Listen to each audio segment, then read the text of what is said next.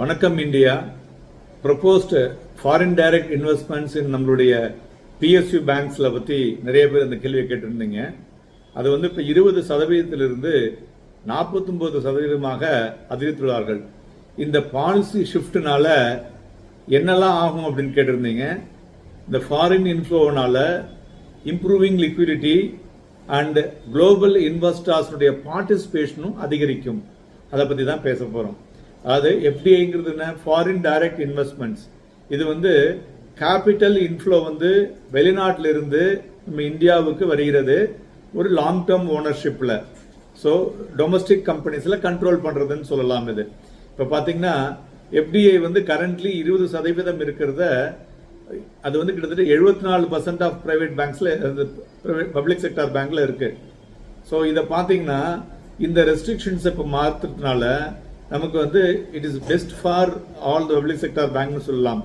இதனுடைய இம்பாக்ட் என்ன இருக்கும் அப்படின்னு பாத்தீங்கன்னாக்க, ஸோ அதாவது அவங்களுடைய FDI லிமிட்ஸ் இப்ப டபுள் ஆகிறதுனால ஒரு இந்தியன் பேங்கிங் செக்டார்ல ஒரு பெரிய ரிஃபார்ம் நடக்கக்கூடிய வாய்ப்புகள் இருக்கும்.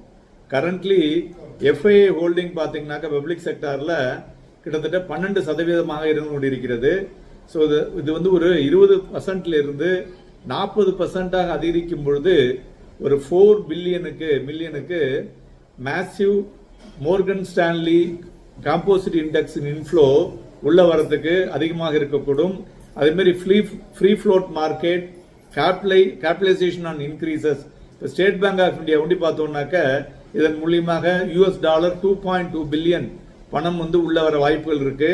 ஏன்னா இந்த மோர்கன் ஸ்டான்லி காம்போசிட் இண்டெக்ஸ்ல பப்ளிக் செக்டார் பேங்க்ஸ்க்கெல்லாம் ஒரு பெரிய ஒரு வேல்யூ வரக்கூடும். அதுல அதர் பேங்க்ஸ் பார்த்தோம்னா like Bank of Baroda, PNB, Canara Bank, Union Bank and Indian Bank இதுவும் பெனிஃபிட் ஆகக்கூடிய வாய்ப்புகள் இருக்கும். ஸோ இந்த MSCI ஃப்ரீ ஃப்ளோட் ஒரு ஹையர் FII லிமிட்ஸ்னால ஒரு எக்ஸ்பேண்ட் ஆகக்கூடிய வாய்ப்புகள் இண்டெக்ஸ்லயும் எக்ஸ்பேண்ட் ஆகும், பிளஸ் அதனுடைய ரேட்ஸ்லயும் எக்ஸ்பேண்ட் ஆக வாய்ப்புகள் நிறைய இருக்கக்கூடும்.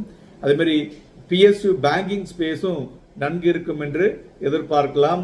அதனால இன்வெஸ்டர்ஸ் ஃபார் லாங் டேர்முக்கு PSU பேங்க்ஸ்ல முதலீடு செய்வது நன்கு இருக்கும். நன்றி, வணக்கம்.